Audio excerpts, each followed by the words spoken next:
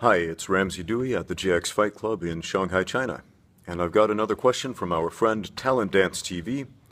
And he prefaced his question with an apology for asking so many questions. And my man, my friend, there is no reason to apologize whatsoever for asking questions. And that applies to everybody, all of you guys. If you have questions, just ask. I will answer them. Okay, so leave questions in the comments below. Send me an email. Let me know if you want to know something, if you want to hear me talk about something, if you would like my perspective on martial arts, on training, on life, on whatever, let me know. So the question Mr. Talent Dance TV asked was, Ramsey, if your old bullies and tormentors came to your gym and wanted to train, would you teach them? And I think that's a really awesome question. Yes, I absolutely would. I would love that opportunity. Now, it's been a long time since I was in high school, long time since I was in junior high school. And those guys who used to pick on me and beat me up and spit on me and all those sorts of things when I was a kid, I haven't seen them in a long time with the exception of some contact over the internet, Facebook and such. And I'm going to tell you a story about how I forgave my biggest tormentor, my biggest bully. I'm not going to mention any names, but this guy was mean, and he would just pick on me relentlessly. He was the worst of the worst back in the day. I hated going to school because of him. And I remember I had a dream. When I was in school, I was probably 13, 14 years old maybe. I had a dream that I got in a fight with this guy. And I dreamed that I killed him. I dreamed that I was such an amazing fighter that I just beat him and beat him mercilessly until he died. And I remember in this dream, afterward, feeling remorse, feeling terrible, feeling this horrible weight of guilt.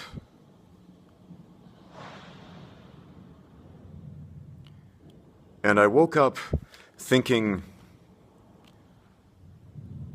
that's not the solution. That doesn't solve my problems, that compounds them. And after that moment, I remember feeling I need to forgive and move on. No matter what he did, I needed to forgive and move on. And he did not become a nice guy to me. He didn't change his wicked ways. But I remember I stopped carrying this burden around with me.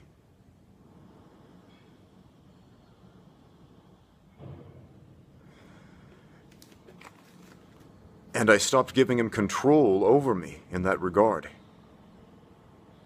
And from that moment on, I think that's really what made the difference and allowed me to move on past the bullies. Now, your question made me think of several things. I had a different but similarly themed question from one of my female students. And she had some sort of altercation with one of the male students, I believe. And she didn't like him very much, and she said he was sexist and misogynist and racist and a lot of these buzzwords.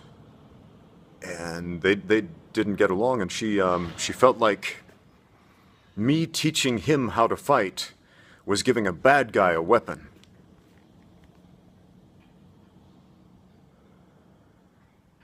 And the thing is, Here's something I've learned. If you are a guy who is prone to get into fights, who is prone to violence, you're going to get into fights and you're going to be violent. But here's where I come in. Yes, I teach people how to fight. I teach people how to intelligently defend themselves, how to direct that violence in a positive direction. So a guy like that, a guy who is a bully, a guy who is dangerous, potentially dangerous to other people, I want them to come to my gym, and I'll tell you why. Because I want them to learn something from me about how to live and how to be.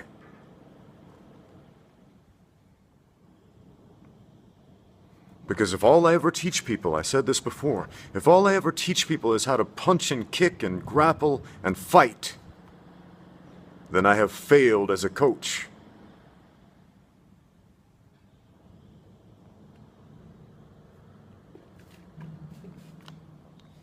These guys, these violent guys, these bullies, you know what they need? They need a mentor. They need a role model. They need someone who can direct them in a positive direction. Because like I said, you leave them on their own, what do? They're going to get into fights anyway. But you direct them. You show them a better way. And something magical happens. They become better people. There was this young guy who came to my gym years ago, and he loved to get into fights. Loved to get into street fights. And he had a proclivity for it. He was athletic and talented. And he just loved to beat people up. He was a little bit sadistic. And somebody asked me a very similar question about him. Do you think it's a good idea to really teach him how to be better at fighting? My answer was, I think it's a good idea to teach him, period. Because what that young man needed was direction. What he needed was a role model. Somebody to point him in a positive direction.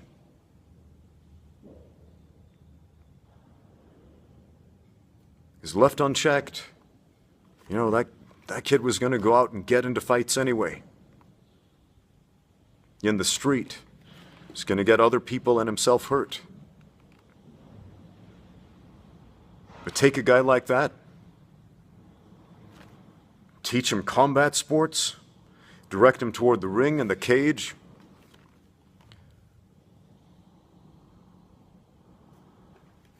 That can be life-changing. Teach him how to be an athlete, teach him how to be a professional. You know, teach him don't get into fights unless somebody is paying you handsomely to do it. And unless you are prepared physically, mentally, emotionally, spiritually.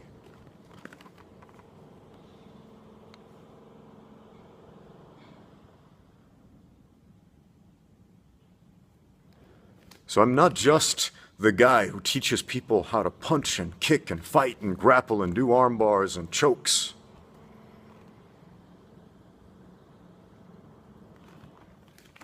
That's part of my job.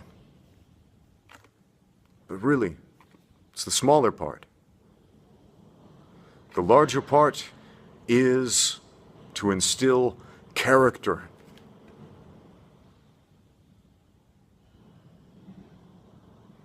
So when my students go out into the world, I don't want people saying, that guy's a jerk, that guy's a bigot, that guy's a racist, that guy is a bully. That guy was mean to me, that guy was unfair to me.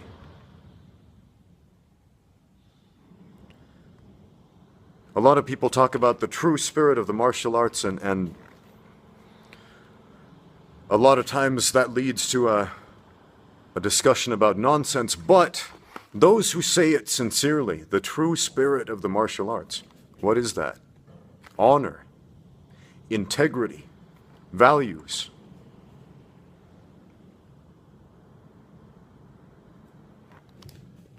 When people come into the gym for the first time, they're like wild animals. You know, from the biggest, strongest, tough guy to the weakest, wimpiest little person. They're like wild animals, untamed.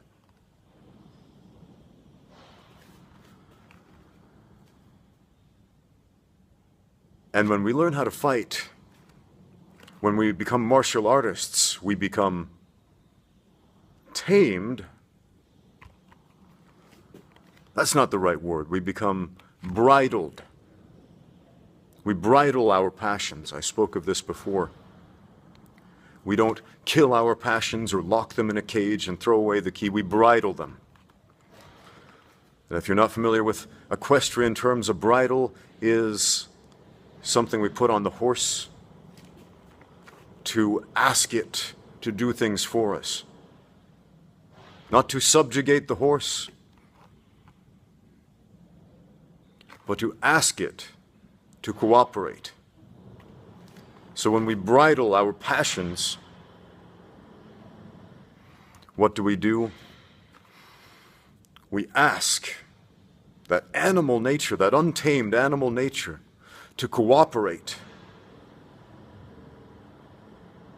with our higher thinking, with our higher aspirations.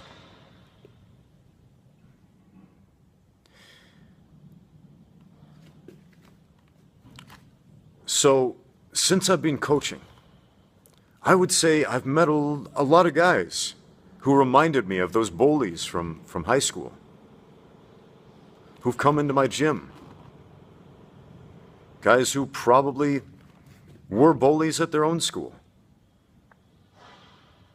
I've seen these guys. They come into my gym and I can tell, like, this is not necessarily a nice person.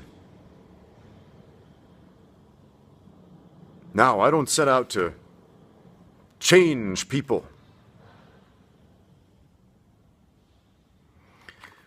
I teach them correct principles and let them govern themselves.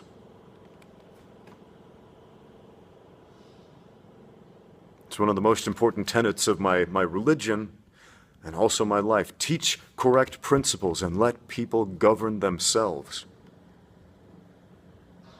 Give people the benefit of a doubt. You'd be surprised. Everybody's afraid of anarchy unless we rule with an iron fist.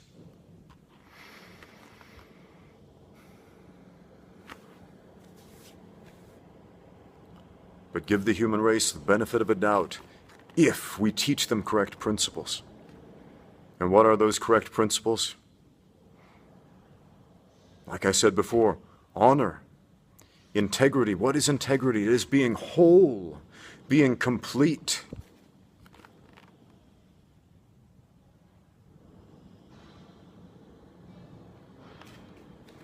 You know that part in the Bible where Jesus says, "Be ye therefore perfect, even as your Father in heaven is perfect." And a lot of people hear that, reading that verse in isolation, and they think, be a person who makes no mistakes, be flawless. A better translation of that would be complete. Be complete. Because what does it say before that? It says that God sends his rain to fall on the just and the unjust alike. So be like that, Jesus said. He's not a respecter of persons, Jesus taught.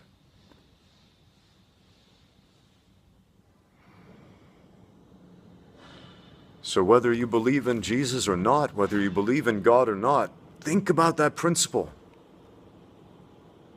If you want to be perfect, if you want to be complete,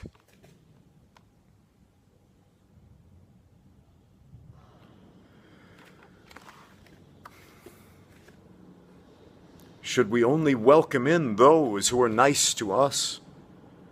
Everybody does that. The worst people in the world do that.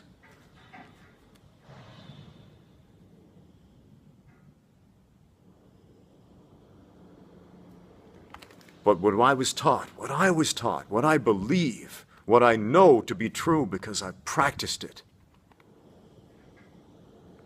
Love those that hate you and despitefully use you. Love them.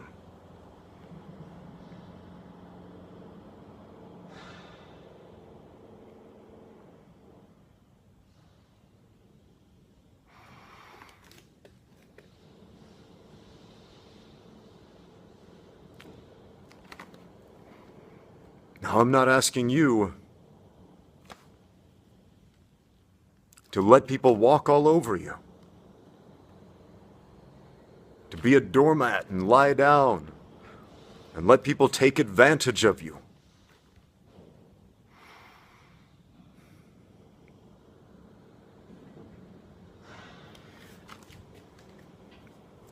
If I had the opportunity, I don't know if I could time travel way back when and get all those bullies to come to my gym to learn martial arts, I would absolutely teach them. I teach them how to fight, and through martial arts, I would teach them how to be, through example. Because if we cannot teach by example, we cannot teach. We can preach. But preaching and teaching, my friends, is not the same thing at all.